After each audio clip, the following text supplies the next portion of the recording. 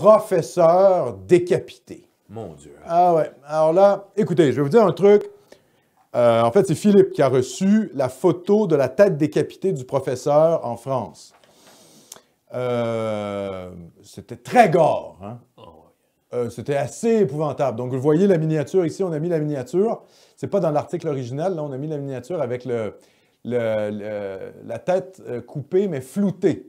On l'a floutée. Je pense que c'est qui? C'est Génération Identitaire qui l'a publié. On a repris ça de leur compte. Je vous dis, quand c'est pas flouté, c'est assez horrifiant. Je l'ai regardé. Et voilà, on comprend pourquoi c'est pas diffusé. Mais vous voyez, c'est ça le problème, c'est qu'on ne diffuse pas les images des crimes islamistes, alors que les gauchistes et les médias de masse et les oligarques qui veulent nous imposer le grand remplacement, ils nous font une propagande incroyable avec le petit Aylan. Le petit Aylan, vous vous rappelez de lui? L'enfant noyé. L'enfant noyé, d'ailleurs, dont je pense le père était le passeur, là, le père kurde était passeur. L'enfant noyé, on l'a vu, on l'a revu, on l'a revu. Quand est-ce qu'on a vu les morts du Bataclan? Quand est-ce qu'on a vu les morts de l'attentat du camion à Nice, de l'attentat islamiste au camion à Nice? On n'a pas vu les images. Ils ne nous montrent pas les images quand ce sont nos morts à nous. Quand ce sont les morts occidentaux par le djihad, on ne les montre jamais. Donc c'est pour ça que des fois, je me dis, il faudrait presque diffuser les photos horrifiantes des décapitations et des meurtres islamistes et du djihad et des victimes du djihad, ne serait-ce que pour faire prendre conscience aux Occidentaux de ce qui se passe réellement. Comme les gauchistes et comme les médias de masse font avec nous. Ils nous imposent leur culpabilisation en nous montrant des petits-enfants morts. Mais voulez-vous qu'on vous les montre, nous, nos morts à nous? Les profs décapités, la tête, vous voulez qu'on vous la montre? Mais non, vous ne voulez pas, parce que c'est horrifiant. Et puis tout votre récit victimaire sur les musulmans s'effondrerait, hein, à vous, les médias de masse. Je rappelle les faits quand même. L'article du Monde ici. Un enseignant a été décapité en fin d'après-midi, vendredi 16 octobre, à Conflans-Sainte-Honorine, dans les Yvelines. Son agresseur présumé a été tué par balle par la police dans la ville voisine d'Éragny, dans le Val d'Oise, quelques instants plus tard. L'assaillant a par ailleurs bien été identifié comme étant un jeune homme âgé de 18 ans d'origine tchétchène. Né à Moscou et domicilié à Évreux. Vendredi soir, un document d'identité avait été retrouvé sur son cadavre, mais les enquêteurs devaient vérifier s'il s'agissait bien de la même personne.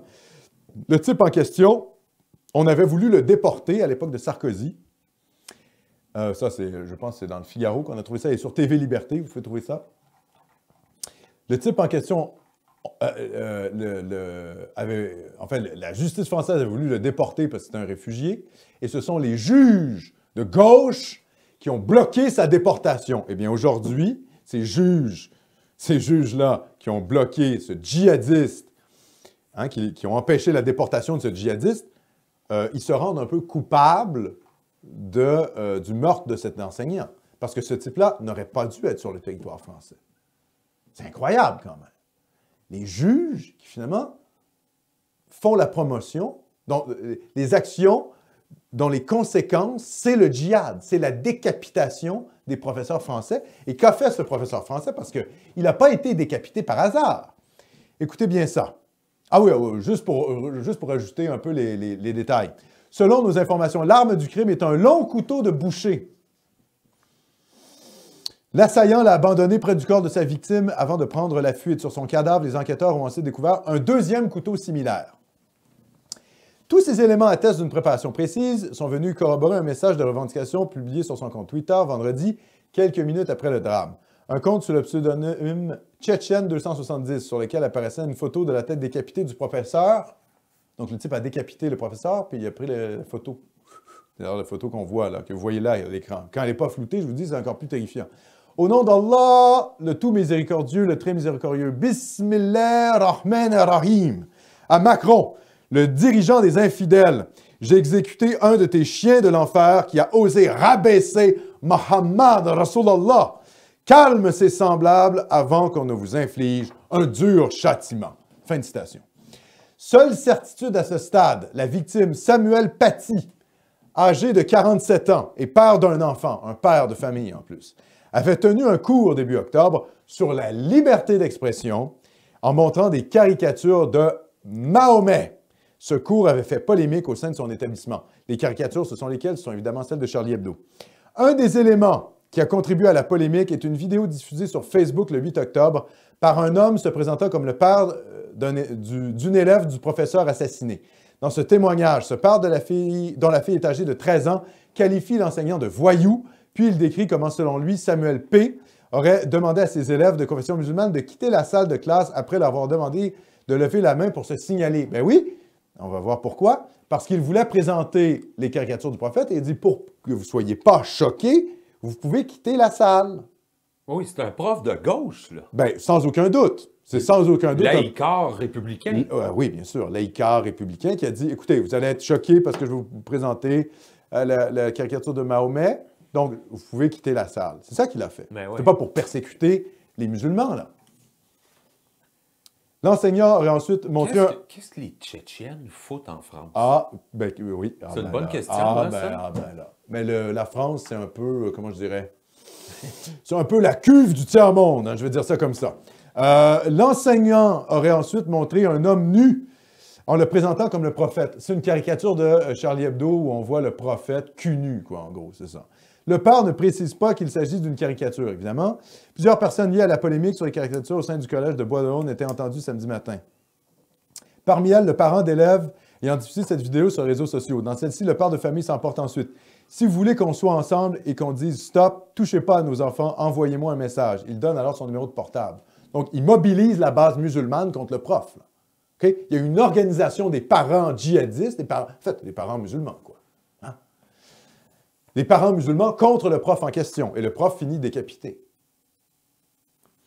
D'après des témoignages recueillis à chaud auprès de la communauté enseignante du collège et rapportés par de nombreux médias dont Le Monde, Samuel Paty enseignait notamment en classe de 4e et il donnait depuis plusieurs années des cours sur la liberté d'expression. Son invitation à sortir de la classe pour les élèves aurait, aux yeux de ses témoins, été considérée comme un élément de respect de croyance des élèves. Mais oui, il leur demandait de sortir pour ne pas être choqués.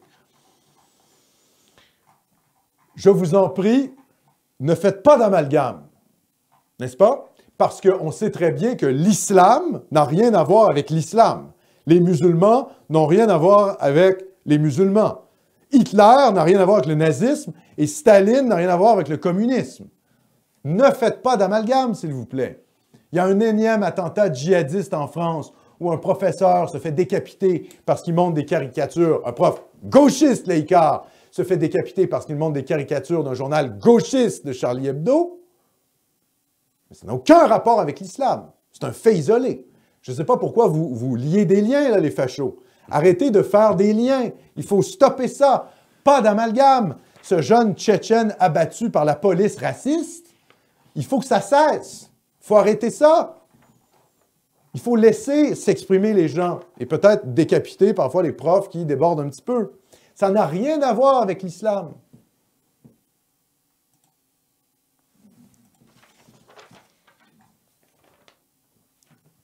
Tout va bien en Occident, messieurs. Ça va bien se passer. Vous savez, dans les années 90, c'était en Algérie qu'il y avait des islamistes qui décapitaient les gens. Aujourd'hui, c'est en France. Ben, demain, ça va être au Québec. C'est ça qui s'en vient. Je vous le dis, ce n'est qu'une question de temps. Si vous aviez dit dans les années 90 en France qu'un prof, un enseignant allait se faire décapiter par des Tchétchènes djihadistes, les gens auraient ri de vous. Ils auraient dit « Ah, la propagande, le Front National, la lepénisation des esprits. » Ben aujourd'hui, c'est ça le réel. Et aujourd'hui, si vous dites ça à des gauchistes québécois, ils vont dire « Ah, ben oui, mais c'est parce que tu écoutes Cormier-Denis, l'extrême droite, les nationaux débiles, xénophobes, paranoïaques. » Ouais. Dans 20 ans, ce genre de situation-là, je vous dis, il y a de fortes chances que ça se produise. Hier, l'Algérie, aujourd'hui, la France, demain, le Québec.